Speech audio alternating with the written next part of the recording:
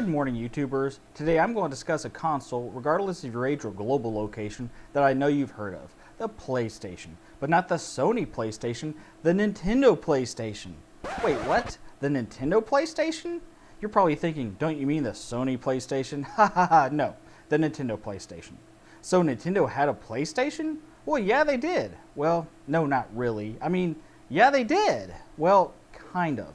To uncover the origins of this mysterious console, we begin back in 1988.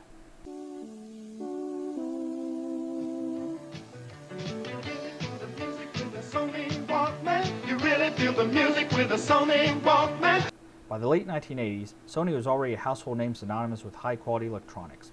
Ken Katargi was an engineer for Sony at this time, and after observing his daughter playing video games at home, Katargi became convinced that Sony should be getting involved in the gaming market.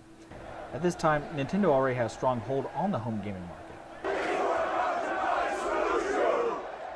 And while Sega had taken on the challenge of weakening Nintendo's dominance, it wouldn't be until several years later before that would even start to unfold. Sony already had a contract with Nintendo to develop some hardware that would be associated with the upcoming 16-bit system. But all Sony was contributing to the new 16-bit system was the SPC 700 chip that triggered the audio subsystem. Sony as a company was uninterested in getting into the gaming market.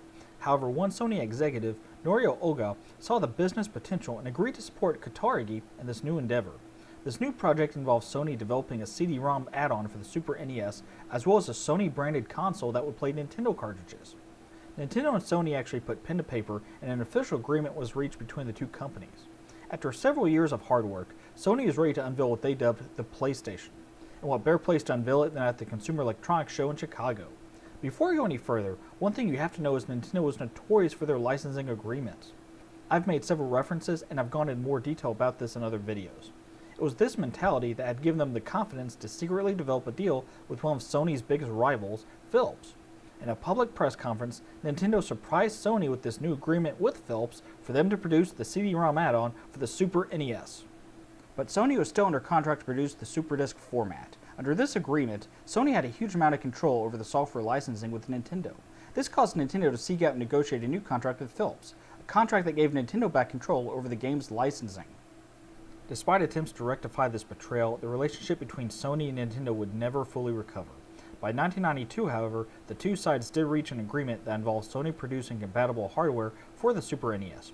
But by this point, Sony began focusing on developing the next generation of gaming consoles, hoping to beat Nintendo to the punch with CD-based technology. In 1994, Sony released their first console, the PlayStation, and it slowly began to overtake Nintendo as the top-selling home console. While Nintendo's next console, the N64, was successful upon its release in 1996, it struggled to keep up with sales compared to the PlayStation. In comparison, the N64 sold almost 33 million units, while the PlayStation ended up selling over 102 million units before its end of life. One mistake Nintendo made was failing to adapt to CD-based technology. To maintain licensing control and prevent piracy, they continued to use cartridges instead of CDs. This, combined with the low cost of producing CD-based games, caused many developers to abandon making games for Nintendo altogether. Producing 8MB cartridges cost developers $20 per unit versus the $2 per unit that producing 640MB CDs cost. Plus, CD-based technology could hold much more data, making it ideal for video clips to be used in games.